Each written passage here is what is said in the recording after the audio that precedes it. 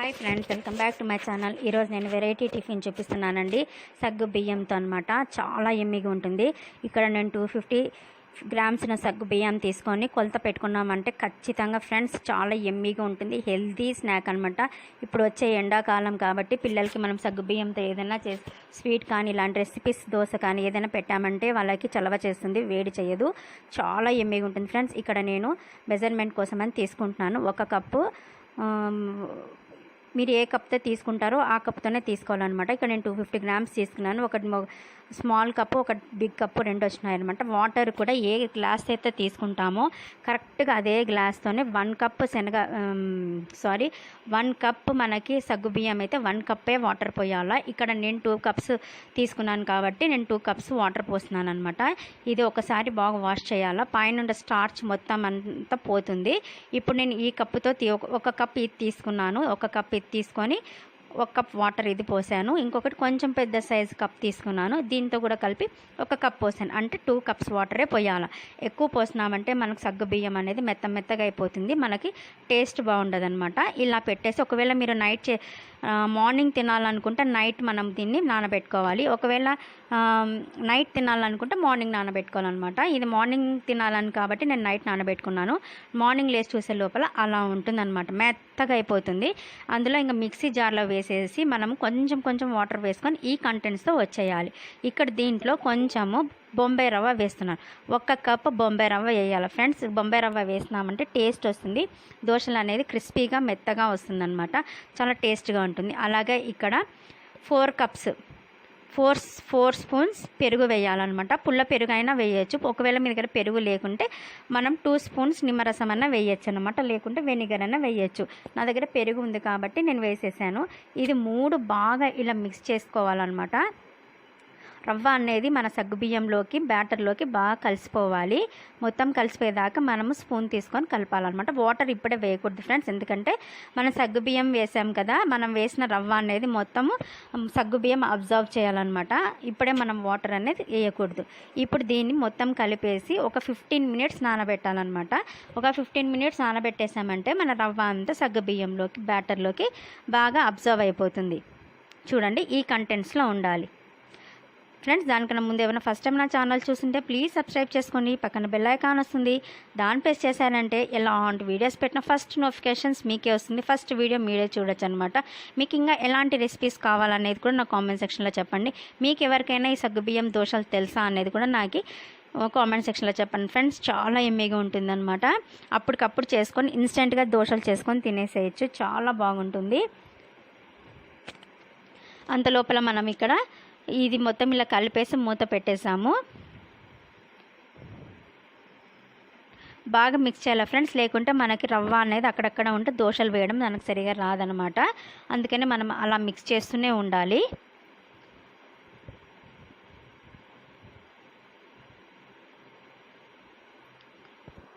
మనం చెప్తే కానీ ఎవరికి తెలియదు ఫ్రెండ్స్ ఇది సగ్గుబియ్యం దోశలు అని చెప్పి. సగ్గుబియ్యం మిక్సీలో వేసేటప్పుడు స్మూత్ పేస్ట్గా వేసుకోండి.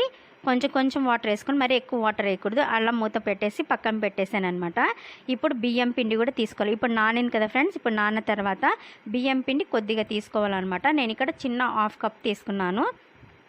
ఇప్పుడు మనకి సగ్గుబియ్యము మొత్తము రవ్వ అనేది అబ్జర్వ్ అయిపోయిందనమాట. ఇప్పుడు దీంట్లో కొంచెం మనం బియ్యం పిండి 1 కప్ వేసాం కదా, అది కలుపుకుంటూ ఇక్కడ అంత లోపల మిక్సీలో పచ్చిమిరపకాయలు ఉప్పు మాత్రమే వేసి మనం మిక్సీ పట్టుకోవాలన్నమాట.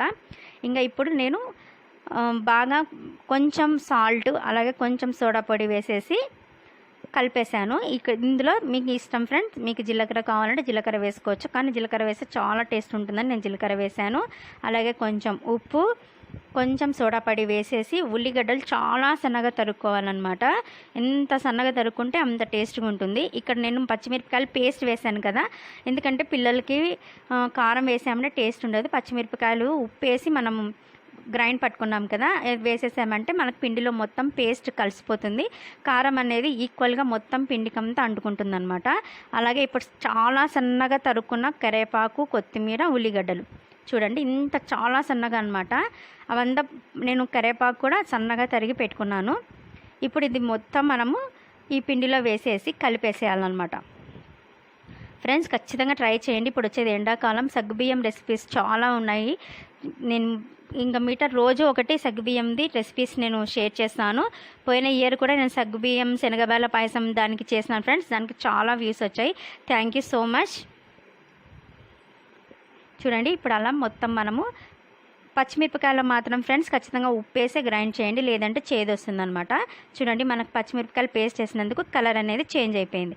ఇప్పుడు ఒక ప్యాన్ తీసుకొని, నాకు కొంచెం సాల్ట్ తక్కువ అయింది, అందుకోసమని మరి కొంచెం సాల్ట్ వేసాను. మీరు చెక్ చేసుకోండి, ఎందుకంటే మనం ఉల్లిగడ్డలు కూడా వేసాం కదా, అందుకోసమని అనమాట. ఒకవేళ మీకు సరిపోతే పర్వాలేదు, సరిపోకపోతే వేసుకోండి. ఇంకా ఇప్పుడు నేను ఒక ప్యాన్ పెట్టేసుకొని కొంచెం వాటర్ వేసేసి ప్యాన్ మొత్తం నేను క్లీన్ చేసేసుకున్నాను. మీ దగ్గర టిష్యూ పేపర్ ఉంటే టిష్యూ పేపర్తో క్లీన్ చేసేసేయండి. కొంచెం వాటర్ వేసి అలాగే కొంచెం ఆయిల్ వేసేసి మనం ప్యాన్ క్లీన్ చేసుకున్నామంటే మనకు దోశలు అనేది పర్ఫెక్ట్గా వస్తాయి అన్నమాట. చూడండి ఇప్పుడు ఇలా పోసేసాను. అంతే ఫ్రెండ్స్, ఇంకా ఎక్కువ స్ప్రెడ్ చేయకూడదు అనమాట. జస్ట్ ఊరికి అట్లనే పెట్టేసి కొంచెం హైలో పెట్టేసి చుట్టూ మనం ఆయిల్ అనేది వేయాలన్నమాట. ఇది చాలా ఎమ్మిగా ఉంటుంది. పిల్లలకి స్నాక్స్ లాగా కూడా ఇవ్వచ్చు. ఈవినింగ్ మార్నింగ్ టిఫిన్ బాక్స్లో పెట్టచ్చు. ఇన్స్టెంట్ దోశలాగా కూడా తినేసేయచ్చు అనమాట. చూడండి ఇప్పుడు టర్న్ చేస్తాను. చూడండి చాలా అంటే చాలా బాగుంది ఫ్రెండ్స్. చూడండి కలర్ చూడండి, బ్రెడ్ దోశలాగా ఉంటుంది అనమాట. అంతే ఫ్రెండ్స్, మీతో షేర్ చేసుకుందామని చేసినాను. నచ్చితే లైక్ చేయండి, షేర్ చేయండి, కామెంట్ చేయండి. మీ ఫ్రెండ్స్కి రిలేటివ్స్ కూడా కామెంట్ చేయండి. మీరు ట్రై చేసే ఎలా ఉంది సగ్గుబియ్యం దోశ అనేది కూడా నా కామెంట్ సెక్షన్లో చెప్పండి. చాలా ఎమ్మిగా ఉంది ఫ్రెండ్స్.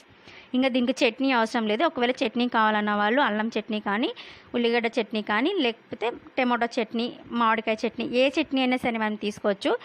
మేము ముట్టిగానే తినేసామన్నమాట. చాలా టేస్ట్గా వచ్చినాయి, నోట్లో వేసుకుంటేనే కరిగిపోతున్నాయి. సగ్గుబియ్యం అనేది బాడీకి చలవ చేస్తుంది అనమాట.